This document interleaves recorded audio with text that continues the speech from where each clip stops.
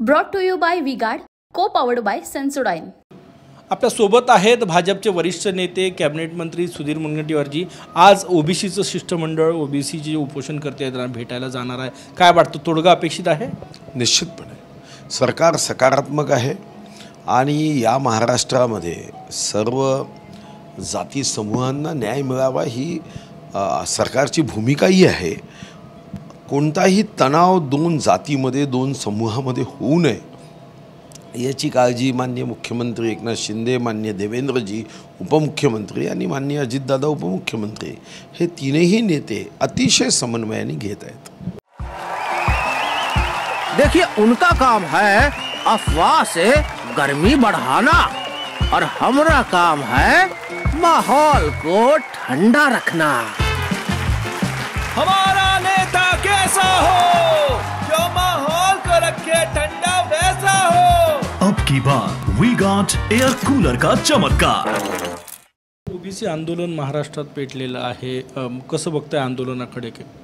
नाही, म्हणूनच मी म्हणालो की हे आंदोलन आणि या आंदोलनाची भूमिका ही भूमिका योग्य पद्धतीने या ठिकाणी सरकारच्या माध्यमातून कोणावरही अन्याय होणार नाही याची काळजी घेतली जाईल। हे एकदा नव्हे अनेकदा हा भाव देवेंद्रजींनी व्यक्त केला, एकनाथ शिंदेजी आणि अजितदादांनी व्यक्त केला। उपोषण करते आहे लक्ष्मण हाके आणि ससाने, त्यांचं उपोषण आज सुटेल असं वाटतं तुम्हाला? तोडगा निघेल? तोडगा तर काल बैठक घेतली आहे, आता उपोषण सुटेल की नाही याचा आता आज जेव्हा शिष्टमंडळ जाईल त्याच्यानंतरचा निर्णय श्री हाकेजी घेतील।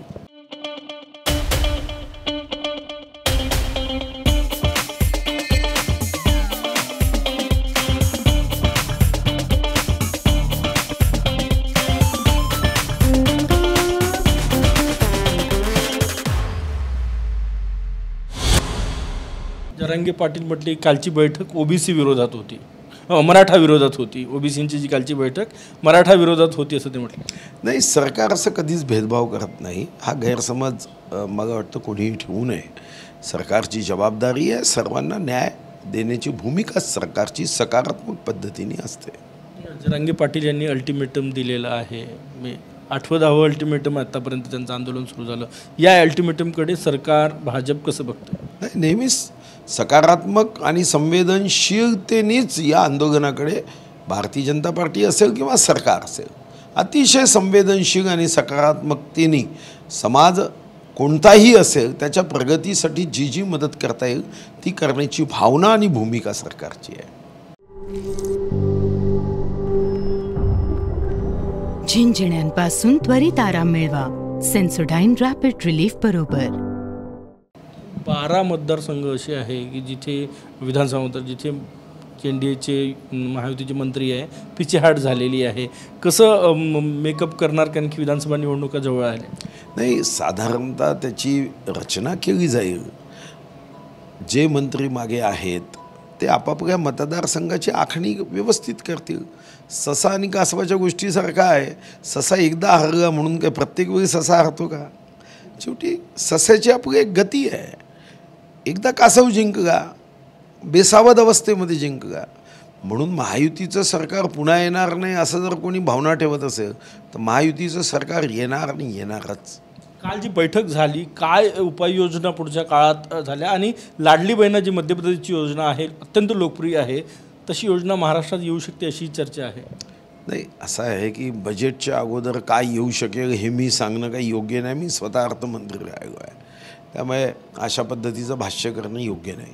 आणि कालच्या बैठकीमध्ये काय झालं एका वाक्यात सांगायचं असेल तर पुढची जी काही दिशा आहे ती दिशा निश्चित करून त्या दिशेने प्रवास करायचा एवढंच निश्चित आहे। त्यासाठी जे काही चर्चा नियोजन या बाबतीत चर्चा होत असते। विधान परिषदेच्या 10 जागांची लिस्ट दिल्लीला पाठवल्याची माहिती आहे भाजपनं? नाही, 10 जागा भारतीय जनता पार्टीच्या नाहीच आहेत। एकूण 11 जागांपैकी आमच्या 5 जागा आहे, तर लिस्ट जायची असेल तर 5 जागांसाठी जाईल, 10 जागांसाठी कशा जाईल? एकूण 11 जागा रिक्त होत आहे।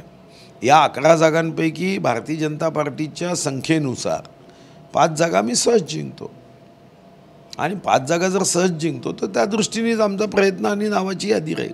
काय क्रायटेरिया आहे, कारण की जे उमेदवार पाठवले जाणार ते विधानसभेत मदत होईल असेच उमेदवार पाठवले जाणार, कारण की निवडणुका आहे. तुम्हीच क्रायटेरिया सांगितलं का? तोच क्रायटेरिया असणार आहे की जे जातीय त्यांच्या माध्यमातून महाराष्ट्राच्या विधानसभेच्या निवडणुकीत योगदान व्हावं.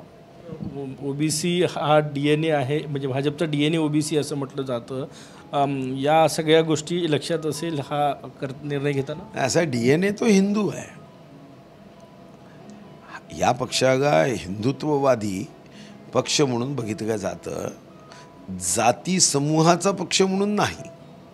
एकसंघ, पण एकसंघ बघत असताना भारतीय जनता पार्टीची भूमिका ही सब समाज को साथ लिए हमको है आगे बढ़ना ही भूमिका आहे. त्यामुळे भारतीय जनता पार्टी काही एका विशिष्ट समूहाची नाही, देशाची आहे. आणि आम्ही हिंदुत्व म्हणजे जो या देशावर विश्वास ठेवतो, या देशावर प्रेम करतो, तो दुसऱ्याही धर्माचा असेल तर या व्याख्येमध्ये तो येतो. बिहारमध्ये जे आरक्षण दिलं होतं ते गेलं, त्याचा महाराष्ट्रावर काही परिणाम होईल, कारण की महाराष्ट्रातही 50%पेक्षा जास्त आरक्षण आहे. नाही, असं आहे की महाराष्ट्रात जर तुम्ही इकॉनॉमिकली बॅकवर्ड क्लासचं बघितलं तर आपल्याकडे 50%पेक्षा जास्त आहे ना, आणि ते सुप्रीम कोर्टात टिकलं आहे. त्यामुळे तुम्ही कोर्टात काय मुद्दे मांडता याच्यावर खूप काही गोष्टी अवलंबून असतात. तुम्ही ज्या जिल्ह्याचे पालकमंत्री आहात तिथला प्रश्न आहे, खासदार प्रतिभा धानोरकर यांनी कर्नाटक एमटावर आंदोलन केलं, तिथल्या अधिकाऱ्याला मारहाण झाली, मोठा प्रश्न आहे. नाही, असं आहे की आंदोलन करण्याचा अधिकार प्रत्येकाला आहे. शेवटी जनतेने त्यांना निवडून दिलं आहे. आता याबद्दल जनताच प्रतिक्रिया देईल. मी प्रतिक्रिया देणं मला वाटतं काही योग्य नाही. आणि कायदा सुव्यवस्था आपलं काम करेल. 10 जणांवर गुन्हे दाखल झाले, मी मॅनेजरला मारण्याचे व्हिडिओ जे आहे तेही व्हायरल झाले. नाही, हे मला तुमच्या माध्यमातून माहीत झालं. कॅमेरामॅन सचिन सह Gajanan Mate, TV9 Marathi, Nagpur. Brought to you by V-Guard, co powered bye Sensodyne.